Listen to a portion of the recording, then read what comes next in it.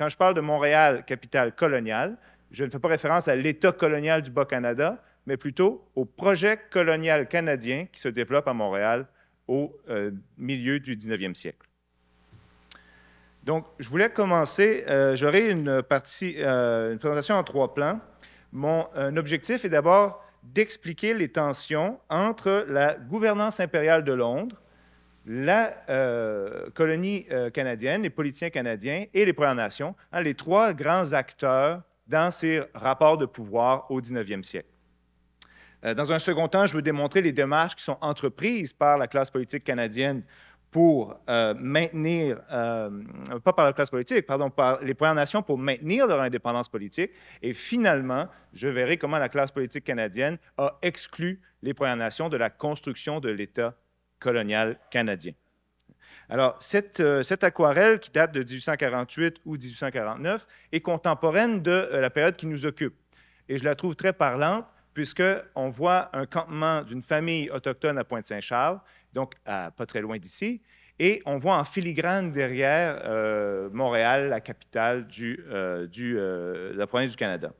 Donc, on voit cette capitale sur laquelle on a focusé depuis tous les intervenants, tout le colloque, et sur ce Parlement, sur cette capitale.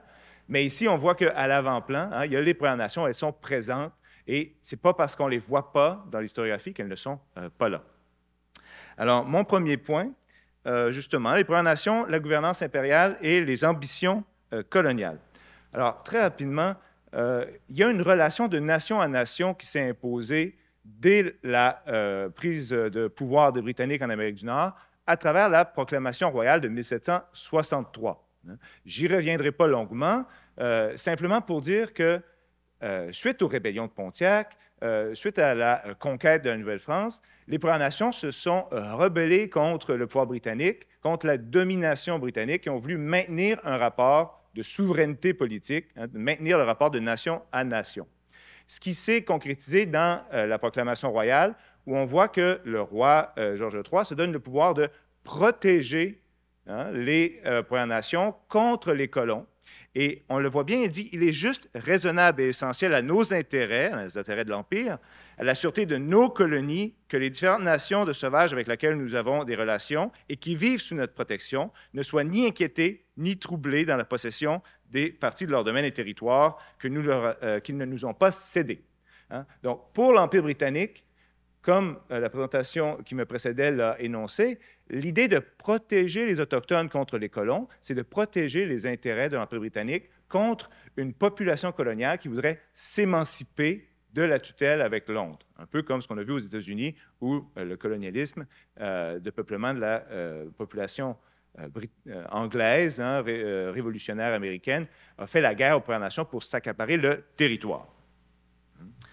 Donc, ça a donné à la signature de traités dans le Haut-Canada pour faire l'acquisition des territoires autochtones. Donc, on respecte, la proclamation royale respecte la souveraineté autochtone. Vous êtes des nations, le territoire vous appartient, et nous mettons en place des moyens pour vous l'acheter. Faire une cession, faire une négociation avec une communauté autochtone, avec un chef, et le roi d'Angleterre s'abroge le pouvoir d'acheter le territoire et ensuite de le céder à des colons, de le vendre à des colons pour mettre de l'avant la population de l'Amérique du Nord britannique. J'en parlerai pas plus longtemps, on pourra revenir sur cette question si vous voulez, mais ce n'est pas ça qui m'intéresse aujourd'hui. Aujourd'hui, ce qui m'intéresse, c'est la relation, les rapports de pouvoir justement entre colonies, métropole et Premières Nations.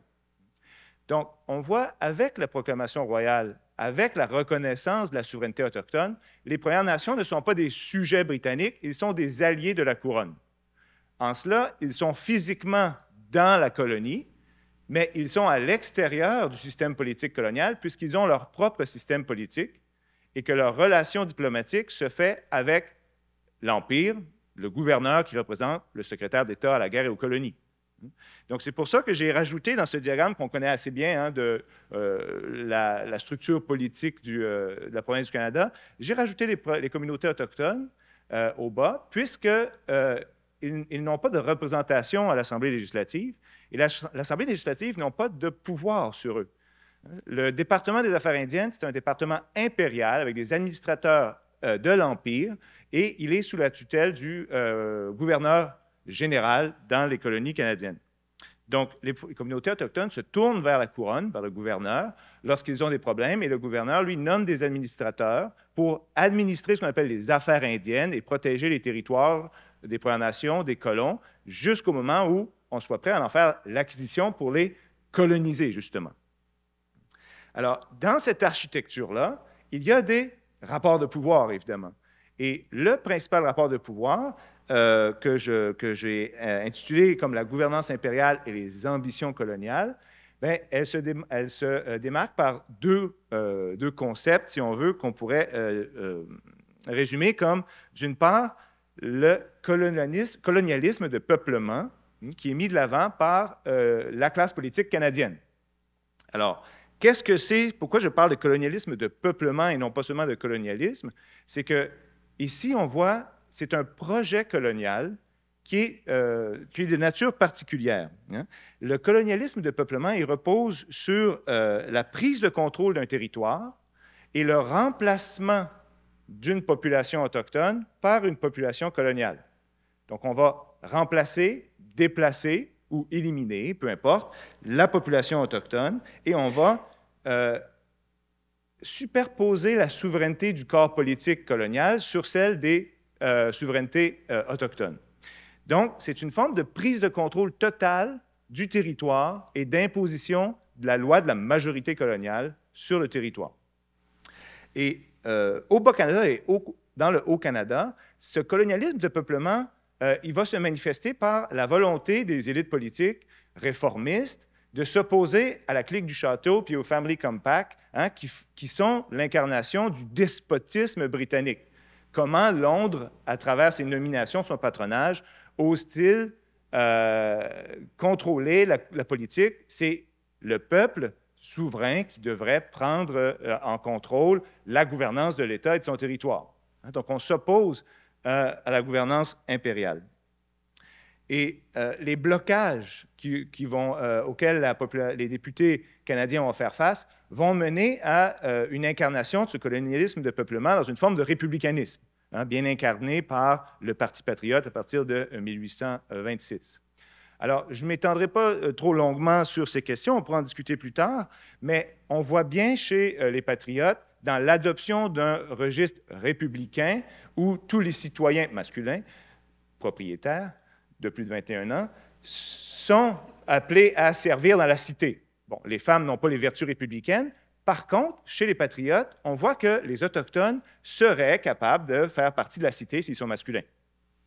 Et durant toutes les années 30, hein, on voit les députés patriotes et les Canadiens français chercher à amadouer les Premières Nations hein, pour qu'elles lâchent la gouvernance britannique et qu'elles viennent du côté du colonialisme de peuplement.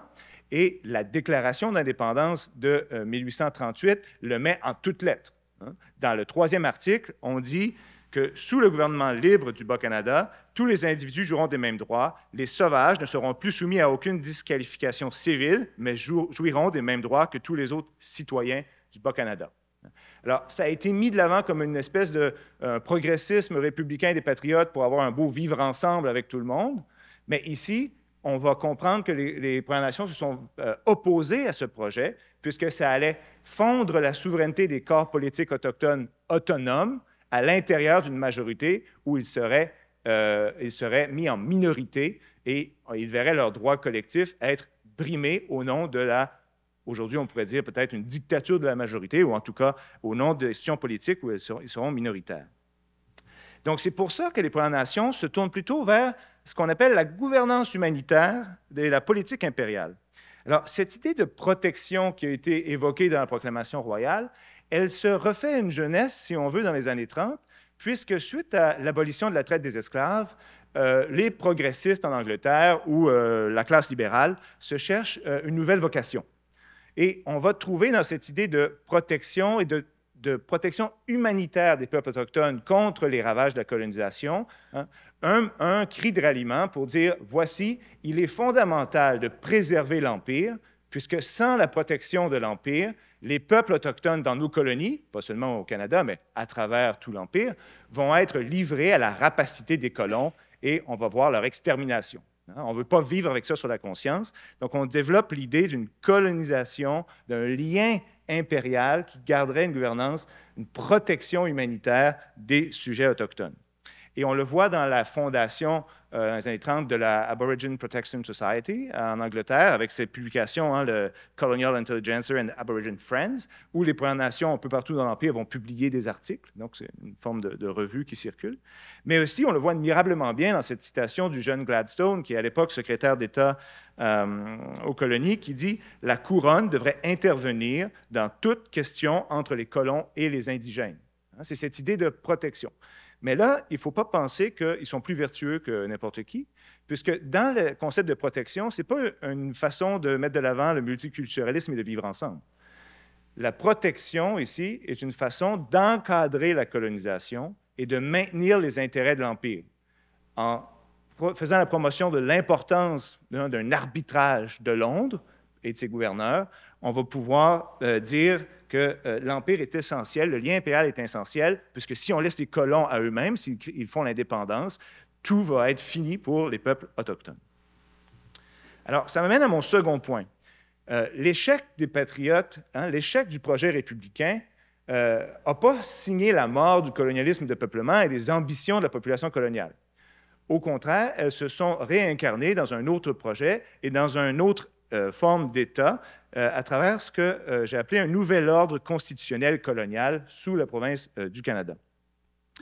Alors, les gouverneurs, avant l'adoption du gouvernement responsable dans son principe en 1841, les gouverneurs contrôlaient à la fois les terres publiques et les revenus territoriaux. Donc, il y avait tous les outils en main pour acheter les terres autochtones et faire des traités avec les Premières Nations.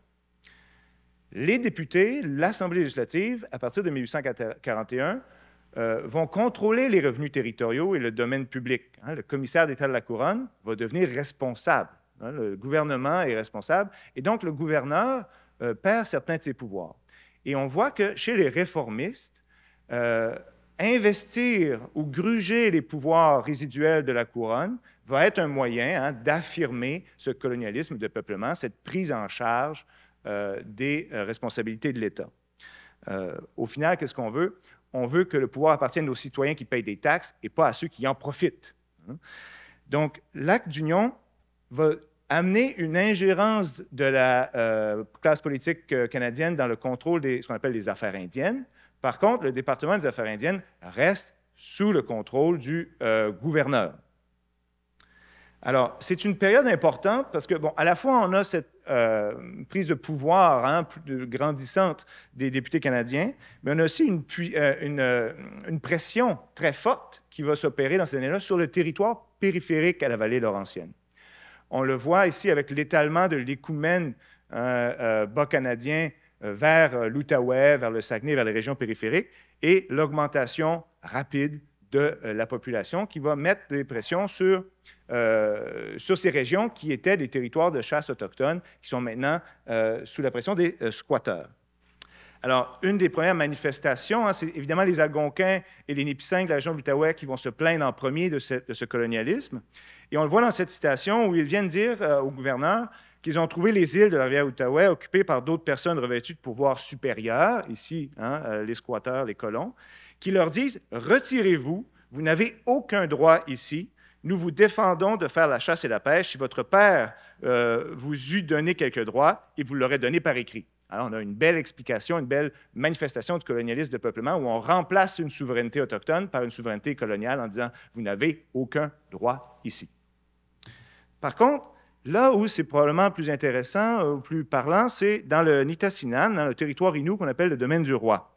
Alors, je vous en montre une représentation ici, grosso modo, ce qui est entouré par la ligne en bleu. Je n'ai pas le temps d'en discuter davantage parce que je veux tout de suite passer à l'action politique des Inuits durant la période où Montréal est la capitale. On voit, entre 1844 et 1849, ils mettent de l'avant au moins 6 pétitions où ils revendiquent leurs droits politiques auprès du grand chef. Alors, j'aurais pu faire une blague sur le gouvernail du vaisseau de l'État, mais je n'ai pas le temps. Vous voyez, les Inuits, ils écrivent. Ils écrivent en langue Innu, ils écrivent aussi en français. Donc, ils écrivent des pétitions auprès du gouverneur. Et en 1844, ils se rendent, 182 Inuits pétitionnent, ils envoient une délégation pour voir Metcalfe, mais trop malade, Metcalfe ne les reçoit pas. Alors, il y a plusieurs pétitions. Je n'ai pas mis tous les extraits, mais bon, ici, on voit que le but, c'est qu'ils nous disent, vous venez prendre nos terres et vous ne nous donnez rien en échange. Alors, ils disent au commissaire des Terres de la Couronne, Georges Duberger, qui vient pour faire l'arpentage, allez voir votre maître, donc les premiers ministres, et dites-lui qu'il parle à notre chef, le gouverneur, pour qu'ils s'organisent ensemble et qu'on garde des terres qui nous soient réservées. Donc, il y a ici cette idée de deux formes de politique qui se confrontent, deux formes de souveraineté qui se confrontent. Et cette représentation est très fameuse puisqu'il s'agit de trois chefs inuits qui viennent voir Lord Elgin en 1848, qui lui apportent encore une pétition et qui demandent « Donnez-nous de la terre, donnez-nous l'argent que vous allez pour payer l'achat de nos terres et donnez-nous les redevances sur nos bois. » Donc ici, on veut garder une présence dans le monde colonial qui se construit. On ne dit pas « retournez chez vous », on dit « respectez nos droits » et assurez-nous de pouvoir conserver une place dans l'État colonial qui émerge. Alors, en 1849, ils se rendent encore, ici le chef Dominique, qu'on voit dans une représentation de William Hind, se rend vers Montréal pour aller encore une fois plaider sa cause, la tension monte, mais rendu à Québec, il se fait dire que le Parlement est parti en fumée, puis que le gouverneur est à Toronto. Donc, il dit, on est au mois de septembre, c'est trop loin, c'est trop cher, je ne ferai pas le voyage. Et il confie sa pétition à l'évêque Pierre-Flavien Turgeon. Alors, Turgeon est bien occupé parce qu'il attend de septembre à février avant d'envoyer la pétition et puis de dire, bon, les Inuits se plaignent de la colonisation. Il aurait voulu venir vous expliquer ça avec l'appui de leurs commentaires, mais je m'en occupe et puis ça va aller, grosso modo. Alors, ça va tellement bien qu'il réécrit au mois d'avril pour dire là, ça commence à brasser et on craint qu'il va y avoir des actes de violence si l'État n'agit pas. Alors, en 1 minute 45, ça me permet de vous dire voici ce qui va se passer une fois que l'État est pressé à agir pour éviter les violences des Inuits. Les affaires indiennes vont passer sous la gouvernance coloniale canadienne. Alors, pendant qu'il voit tout ce bouillonnement et puis ces pétitions, le gouvernement canadien va dépêcher des gens sur le territoire pour faire des enquêtes puis voir comment est-ce qu'on agit, qu'est-ce qu'on fait. Le commissaire adjoint d'État de la Couronne, Louis Tancrède-Leboutier, fait un rapport en 1849 où il va dire « Ah ben, je me suis promené sur le territoire et puis, ouais, c'est étrange qu'on n'ait pas acheté leur terre, on aurait dû le faire. » D'ailleurs, dans le Haut-Canada, ils l'ont fait, et dans le Bas-Canada, ils semblent avoir été totalement indépendants de toutes les revendications des Indiens. Donc, on se dit, il faudrait qu'on se mette au travail, les amis. Donc, en 1851, quelques semaines après que Turgeon ait dit « ça va brasser si on ne fait rien », le commissaire d'État de la Couronne se lève en chambre et dit « le gouverneur général, en conseil, donc le conseil exécutif, prend en considération l'état de dénuement extrême de ces pauvres enfants et donc recommande à l'Assemblée législative l'opportunité de réserver une parcelle de terre du domaine public pour leur usage et leur entretien, ainsi qu'une affectation en argent. » Donc, on voit ici, les Autochtones ne sont plus dans un rapport de nation à nation, on ne négocie plus avec eux, on les voit comme des indigents qui sont sous la responsabilité de l'État, de la charité de l'État, et on voit leurs terres comme étant déjà dans le domaine public. Donc, on a absorbé les Premières Nations dans la gouvernance coloniale. Ce qui nous amène à la création en 0 minute de l'acte pour mettre certaines étendues de terre pour l'usage des tribus sauvages dans le Bas-Canada, donc la création des réserves, où on alloue 1000 livres par année pour tous les Autochtones du Bas-Canada et on leur donne des terres sous forme de compensation pour la perte de leur territoire et non pas en reconnaissance de leurs droits territoriaux et de leurs droits autochtones. Je vous remercie.